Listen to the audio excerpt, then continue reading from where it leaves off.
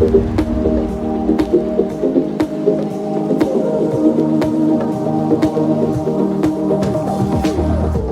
again, guys, and welcome back to another episode of Z.M.S.C Model Works.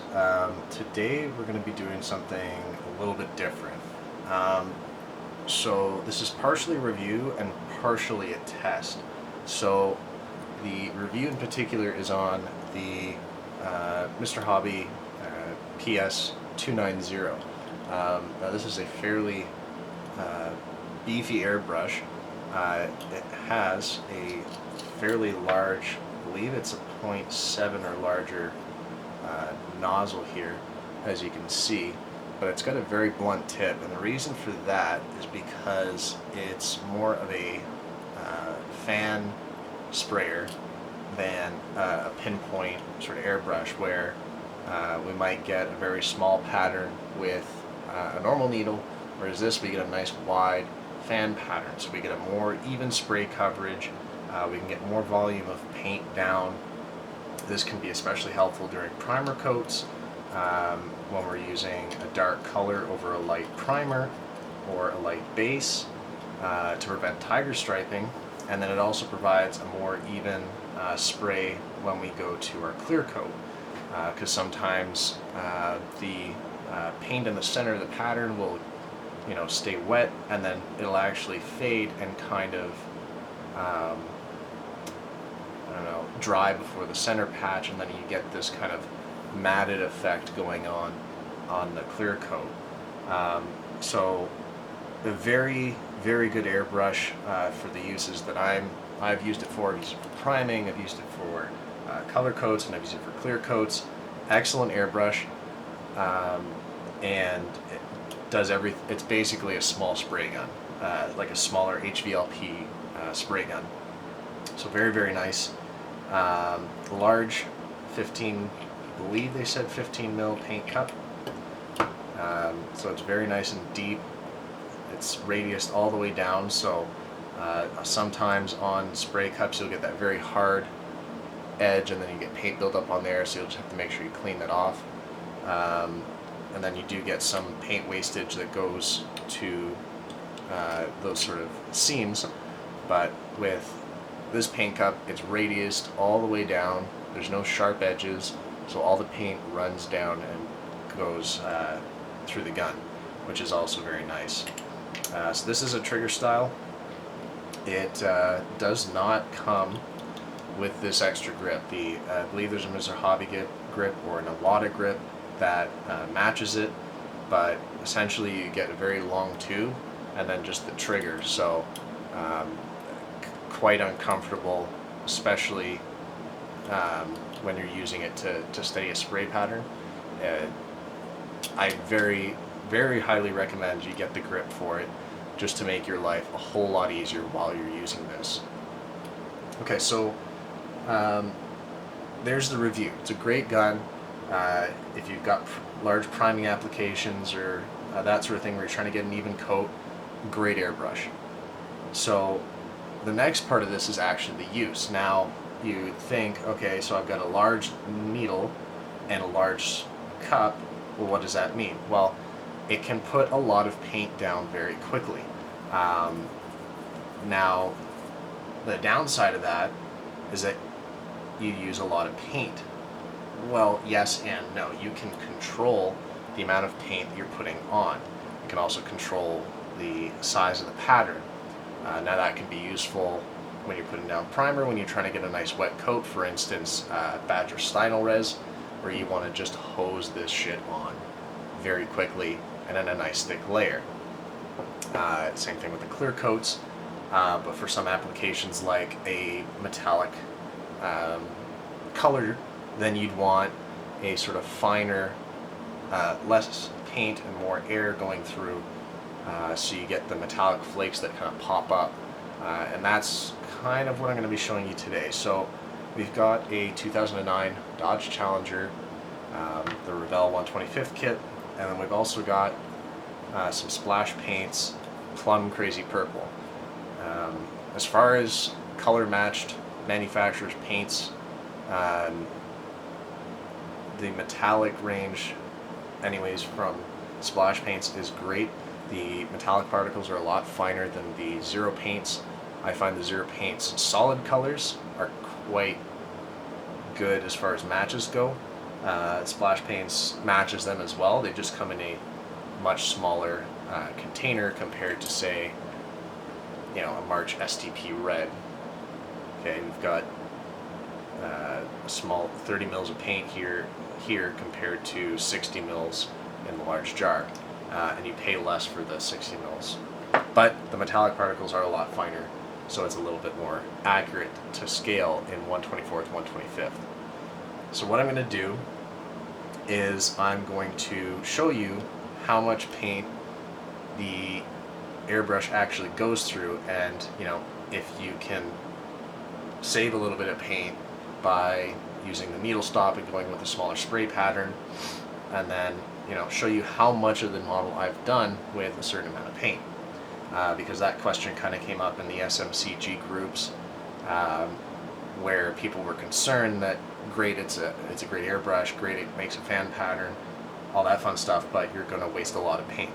So I'm going to try and see how much paint I use, how much coverage I get over this Challenger body, which is a fairly beefy body.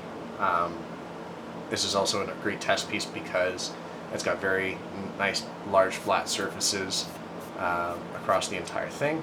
And as you can see here, I've gone ahead with a smaller needle airbrush, and I've gotten all of the hard to reach spots because the fan pattern really doesn't help you at all there, so you can't really get up and close in the seams because you're essentially wasting 90% of your spray pattern just going everywhere. So I just kind of highlighted and picked out those areas just ahead of going through the whole body.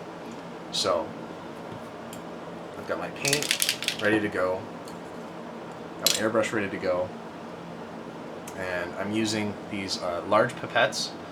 These are in the graduated, not sure if they're accurate, so we'll see what happens, but it's graduated all the way to 3 mils.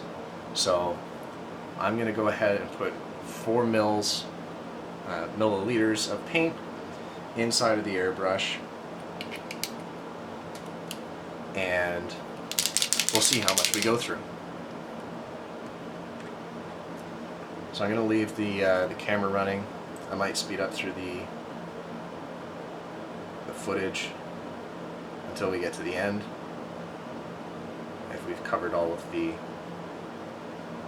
model, or if we run out of paint partway through.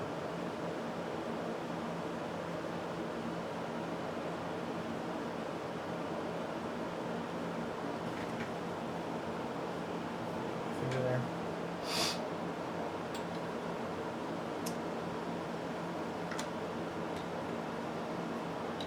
All right. So I'm just put the mask on. Turn up the vents in the fan, and we'll get spraying.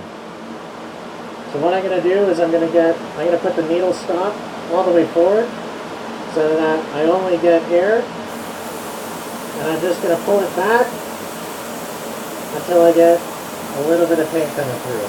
So just like that, and we'll go ahead and start spraying.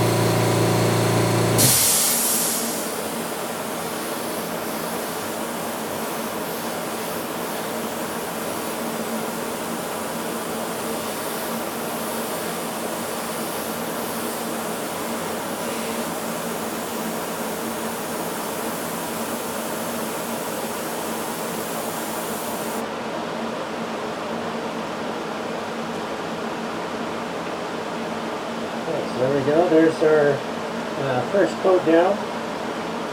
Great coverage. You see there's no, especially with a lighter primer. Especially with a lighter primer and a darker color,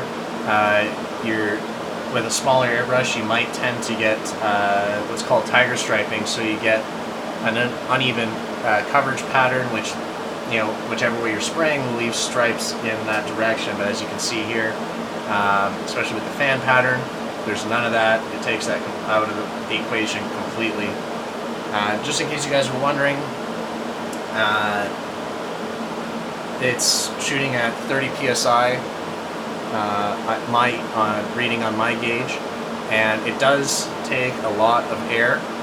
So if you're using a smaller, like an air compressor that constantly runs, that works on a smaller tank, you might be worried about overheating and not having enough cubic feet of air per minute that gets through the gun. So just be aware that you'll want something that sufficiently you know, feeds this thing enough air, just so that you're, you know, kind of forewarned there. So I'm just going to let that sort of sit and dry for a little bit, and then I'm going to come back in about 10 minutes and put another coat on.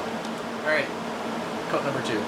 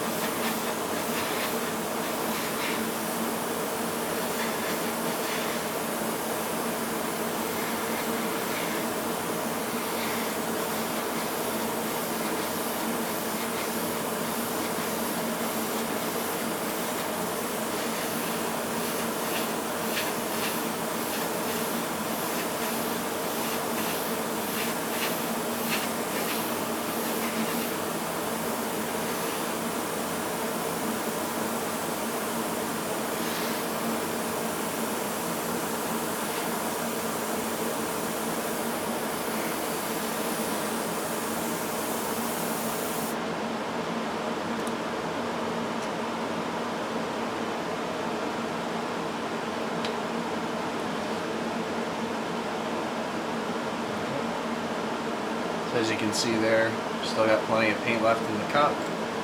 Still getting great coverage over the model surface. Just in case, if you're wondering what 100% coverage is going to look like with all of these sort of dark areas around the window trim, and then sort of here on the gas cap, that's sort of the coverage that I'm looking for. All of these other lighter areas, and from the grill here, the front lip, and then around the window trim, and then in the tail light area there, those are all going to get sprayed black afterwards, so I'm not too worried about covering those up right away. So see you guys in another 10 minutes for coat number 3. Alright, coat number 3.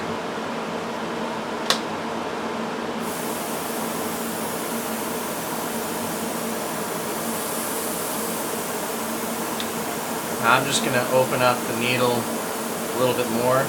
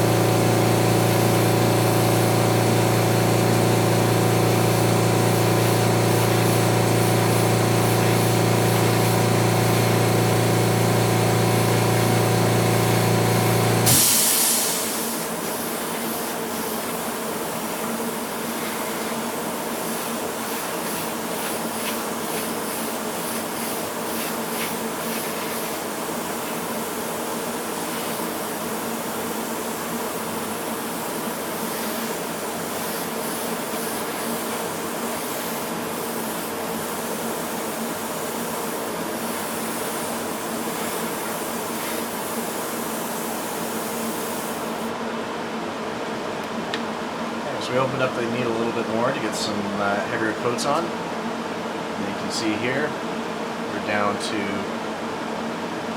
kind of the bottom base of the airbrush. So that's probably going to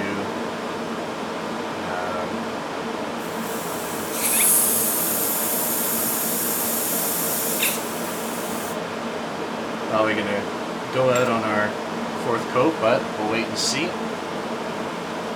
So come back and okay. We're back. Still got a little bit left in the paint cup right near the bottom. So coat number 4 here. I'm assuming this is where we're going to run out of paint. So let's go ahead and see.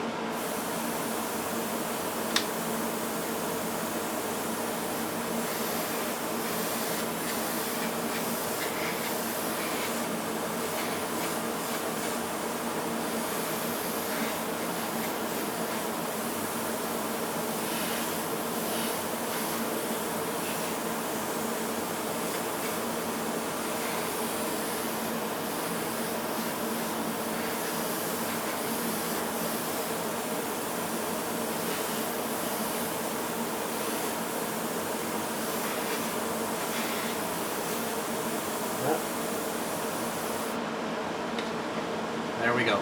So we're out of paint now. No paint in the airbrush. Just a little squirt. So there you go. That's 4 mils of paint, and we got all the sides done, front, back, and didn't really do much of the top on the 4th coat. So I'll say we got 3.5 coats worth of paint out of 4 mils of paint, and you know, it's probably going to take I don't know, another 3, possibly 4 mils of paint to completely cover this. So I'll skip through the pouring part of going through more coats of paint, but there we go after 4 mils of paint. You can see we don't have complete total coverage yet. So I'm going to go ahead and put another 4 mils of paint in and see if we can finish this off. So I'll see you guys back in that. Okay, so we went through the other 4 mils of paint, and we've got, you know, about 100% coverage across the entire body now. I'm just going to take a high-powered light here and see what I've got in the sort of spots that are